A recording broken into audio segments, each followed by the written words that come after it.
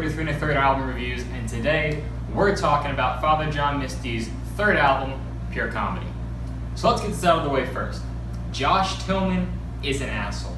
If you didn't know, Josh Tillman and Father John Misty are the same guy. He goes by that moniker, and for a while he was actually the drummer of popular indie band Fleet Foxes. But since he's broken off and done his own thing, his first two albums, Fear Fun and I Love You Honey Bear, I both thought were amazing, so I was super excited to check out this third album. Like, seriously excited. So what did I get? Well, like I Love You Honey Bear, it's a combination of biting satirical alternative and a little bit of folk, which harkens back to his Fleet Fox days. What doesn't change is the level of intensity that Josh Tillman devotes to the mix and to the orchestration that makes this album a joy to listen to. Because it's so sonically diverse and bright and complex at times that it makes you wonder why more people aren't putting the attention to this that he does, because it seriously defines his music from the rest of this genre. All you have to do is look back at his last album, I Love You Honey Bear, and the second song, I believe it was Chateau Number 4 in like C or something. That song is a crazy horn section, and it's here again in the song Total Entertainment Forever, which still has the same level of wit and humor that he brought to his past albums, but with the new kind of texture of maturity and a deeper emotional level that makes you connect with him, even though, once again, he's an asshole. Now, why is he an asshole? Because he literally starts off songs with lines like betting Taylor Swift every night inside the Oculus Rift, which makes me laugh endlessly every time I hear it. And I love how much he's just physically done with the world. On songs like The Ballad of the Dying Man, which is one of my personal favorites, he talks about a guy who's slowly dying, and he's not concerned that he's dying because, he's going to be actually dead. He's concerned that there will be no one who is going to call out the hipsters and the homophobes and everybody who's just crazy in this world, and he wants to be that person. You could have seen this on his past albums and songs like The Night Josh Tillman Came to My Apartment, where he was literally talking about how great he was.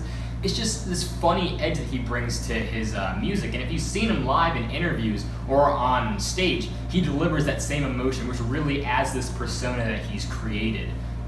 Other songs in here that are very unique. The opener, Pure Comedy, is 7 minutes long and almost opens with no melody whatsoever, only a slight piano chords you can hear in the distance as he sings about how ironic the world we live in is.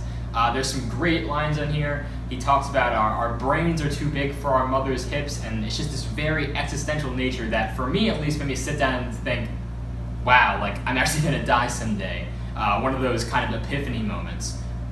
The only critique I have in this album is sometimes he takes his, in my opinion, artistic standards a little too far. There are more than one, like, upwards of 9-minute tracks on here, with the worst one, in my opinion, personally, being So I'm Growing Old on Magic Mountain, which is about 11 minutes long. And while it is nothing wrong with the song technically, it just kind of feels boring by the end of 11 minutes. I think it really needed kind of a genre change or a tempo change to really kind of tie the song together, and in my opinion that makes the second half of the album kind of drag because it's full with these longer songs as compared to the first half of the album, songs like Total Entertainment Forever, Birdie, Things That Would Have Been Helpful to Know Before the Apocalypse, and A Bigger Paper Bag, all really unite this album in the first half and make it seem kind of that poppy side of energy that was on I Love You Honey Bear, while the second half takes that more slowed down, melodic, folk rock sound, which in my opinion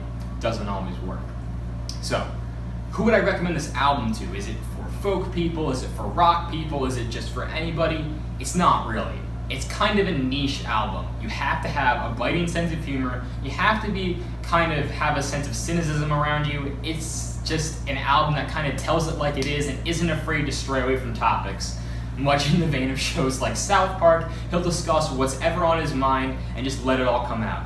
That's the reason, like I said many times before, people have called him an asshole. So if you have a tolerance for this, if you just like to hear people speak their minds and you want some really solid alternative / folk rock this year, there's literally no other album that I could recommend higher to you this year besides maybe the new Fleet Foxes record. So definitely go and check this album out. Go support Josh Tillman, Father John Misty, whatever you want to call him. He's a great artist. For that reason, I gotta give this album an 8.5 out of 10. Thank you guys for watching. As you know, we're just kicking off this 3-week album review thing. So I'm going to be, like I said, putting out an album review every day. If there's one you want to see me talk about, drop a comment down below. And thank you to the viewer who submitted this idea. I've been meaning to talk about this one for a while because I really do like this album, but this just kind of finally got my ass in gear to talk about it. So until next time, I'm here from 33 and a third RPM. Keep on spinning, guys. At all?